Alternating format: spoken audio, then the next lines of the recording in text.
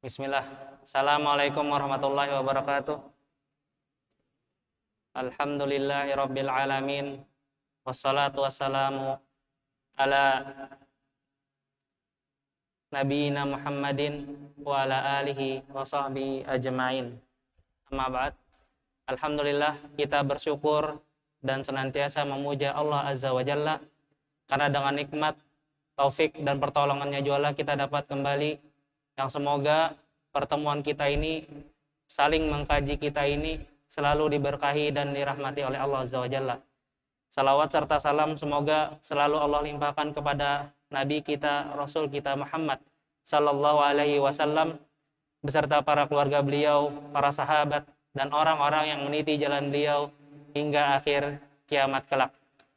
Kembali kita mengkaji bersama kitab Riyadhus Shalihin min kalam Sayyidil Mursalin yang ditulis oleh Imam An-Nawawi rahimahullahu ta'ala, yang telah sampai ke dalam bab at-taqwa, yaitu pada ayat yang keempat yang dibawa oleh Imam Nawawi rahimahullah di dalam babnya, bab taqwa.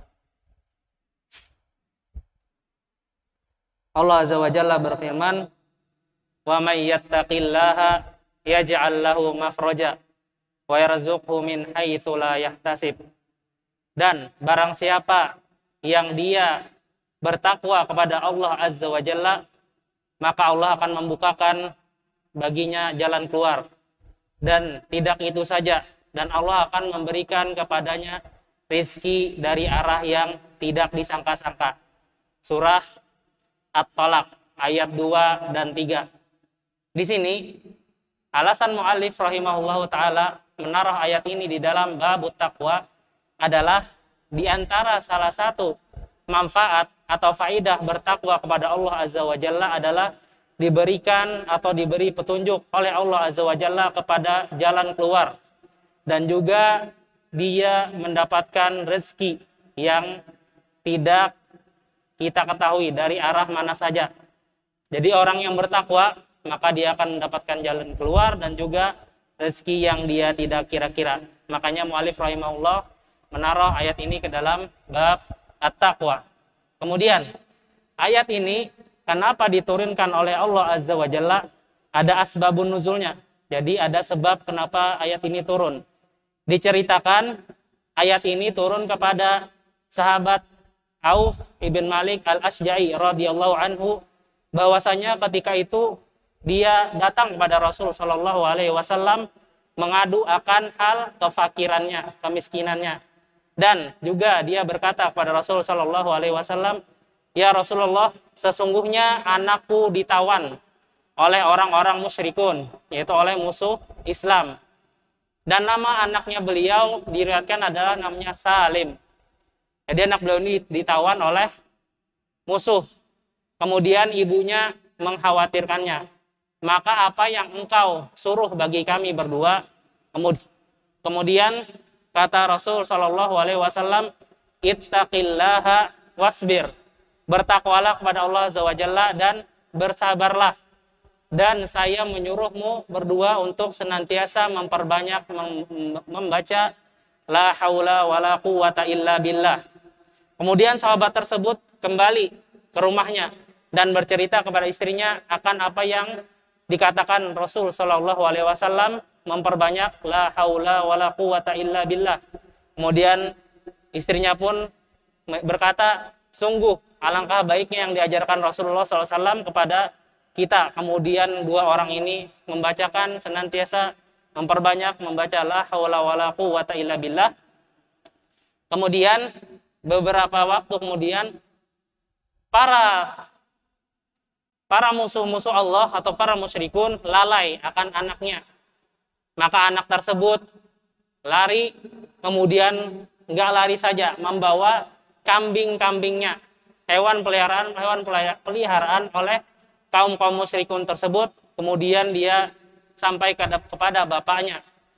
Dan setelah itu Nabi SAW mengetahuinya, dan Nabi SAW memberikan kambing-kambing tersebut yang diriwayatkan banyak. Ada yang menyebutkan 4.000, ada yang menyebutkan 500, dan yang lain-lain. Intinya banyak. Kemudian sahabat ini mendatangi Rasul Shallallahu Alaihi Wasallam. Ya Rasul, apakah ini halal untukku dimakan? Kemudian Rasul SAW jawab, "Naam." Kemudian turunlah ayat ini. Wa may yattaqillaha yaj'al lahu makhraja. Dan barang siapa yang bertakwa kepada Allah Azza wa Jalla, maka akan Allah beri jalan keluar, dan wa yarzuqhu min haitsu la yahtasib, dan memberikan rezeki kepadanya dari arah yang tidak disangka-sangka. Inilah sebab turun ayat ini kepada sahabat Auf bin Malik al-Asja'i radhiyallahu anhu. Kemudian di antara makna dari ayat ini, para mufassirun, para ahli tafsir menafsirkan dua ayat ini. Yang pertama dikatakan oleh Imam Ibnu Katsir di dalam tafsir Al-Qur'an Azim bahwasanya wa may yattaqillaha yaj'al lahu makhraja. Kata beliau, barang siapa yang bertakwa kepada Allah Azza wa Jalla dengan melakukan segala perintah-perintah Allah dan menjauhi segala larangan-larangannya, niscaya Allah akan memberikan kepadanya jalan keluar dari berbagai macam kesusahan. Jadi diberikan oleh Allah Azza wa Jalla kemudahan. Dan juga Ibnu Abbas kemudian menafsirkan lagi, yaj'al lahu makhraja, maksudnya adalah yunjihi min kulli karbin fid dunya wal akhirah. Bahwasanya Allah senantiasa akan menolongnya, membantunya dari setiap kesulitan baik di dunia maupun di akhirat.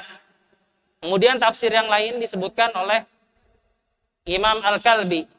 Beliau mengatakan, wa may yattaqillah, barang siapa yang bertakwa kepada Allah dengan sabar ketika mendapatkan musibah dari Allah Azza wa Jalla, yaj'al lahu makhraja, maka dia akan mendapatkan jalan keluar dari neraka menuju surganya Allah Azza wa Jalla. Kemudian tafsir yang lain juga mengatakan, diriwayatkan dari Qatadah, salah satu mufassirun, orang ahli tafsir yang terkenal pada zaman tabi'in, bahwasanya beliau menafsirkan ayat ini, wa may yattaqillaha yaj'al lahu makhraja. Barang siapa yang bertakwa kepada Allah Azza wa Jalla, maka Allah akan menjadikan baginya jalan keluar min syubhatil umur wal qarb indal maut. Dari berbagai macam syubhat-syubhat, Allah akan membantunya jalan keluar, memberikan petunjuk dari berbagai macam syubhat dan juga kesulitan ketika menghadapi sakaratul maut. Dan beliau berkata lagi, wa yarzuquhu min haitsu la yahtasib, dan Allah memberikan rezeki kepadanya dari jalan yang tidak dia harapkan, tidak dia ketahui. Kata Qatadah rahimahullahu taala. Jadi apabila kita mendapatkan musibah dan kita bertakwa selalu kepada Allah Azza wa Jalla, niscaya kesulitan yang kita hadapi baik dari segi kehidupan, pangan, harta, bermasyarakat, dan yang lain-lain, apabila kita bertakwa kepada Allah Azza wa Jalla, niscaya Allah akan menjadikan semua itu gampang, mudah, diberikan jalan keluar. Hal ini senada seperti cerita-cerita yang telah kita dapatkan dalam hadis-hadis. Salah satunya adalah cerita Bani Israel. Ada 3 orang yang terperangkap di dalam gua. Kemudian gua itu tertutup dengan batu yang besar. Kemudian mereka ingin menyingkirkan batu tersebut, akan tetapi tidak bisa menyingkirkan batu tersebut. Kemudian mereka bertawasul dengan amal-amal soleh mereka. Dan ini tidak lupa pula bahwasanya mereka bertiga adalah orang-orang yang bertakwa kepada Allah Azza wa Jalla. Maka di hadapan mereka kesusahan yang begitu susah, keluar dari gua tidak bisa. Maka mereka bertawasul kepada amal-amal yang mereka perbuat. Kemudian Allah Azza wa Jalla menyingkirkan batu tersebut.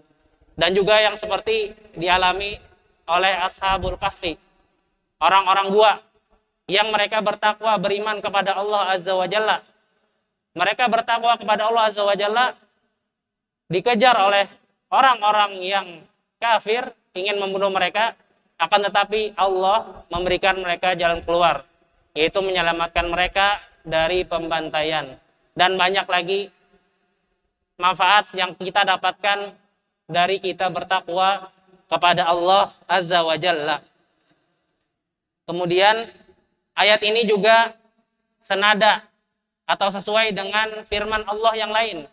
Barang siapa yang bertakwa kepada Allah, Allah memberikan jalan keluar dan memberikan rezeki dari arah yang tidak disangka-sangka. Ini sesuai juga dengan firman Allah yang lain, seperti Allah Azza wa Jalla berfirman, "Walau anna ahlal qura amanu wattaqau lafatahna 'alaihim barakatim minas sama'i wal ard walakin kadzdzabu fa'akhadnahum bima kanu yaksibun." Surah Al-A'raf ayat 96.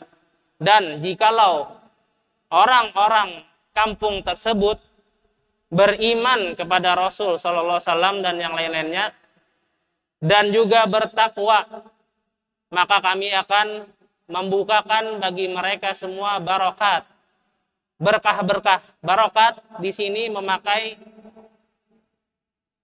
jamak barokat, bukan barokah. Allah akan memberikan kepada mereka berkah yang melimpah ruah dari langit maupun di bumi apabila mereka beriman dan bertakwa. Akan tetapi apa? Mereka mendustakan rasul-rasul mereka. Maka kata Allah Azza wa Jalla, kami mengadab mereka dengan atas apa yang mereka perbuat.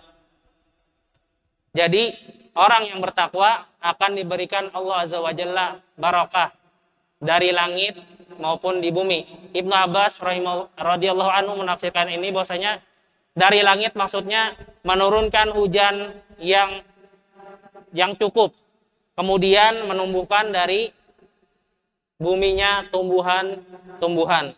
Kemudian ayat yang lain lagi Allah berfirman, walau annahum aqamut taurata wal injila wa ma unzila ilaihim min rabbihim lakalu min fawqihim wa min tahti arjulihim. Al-Maidah ayat 66. Allah Azza wa Jalla berfirman bahwa kalaulah mereka benar-benar menegakkan syariat Allah yang terdapat di dalam kitab At-Taurah dan Injil, dan mereka tidak merubah-rubah ataupun diganti, dan apa-apa saja yang telah diturunkan kepada mereka dari Allah Azza wa Jalla, maka ini balasannya.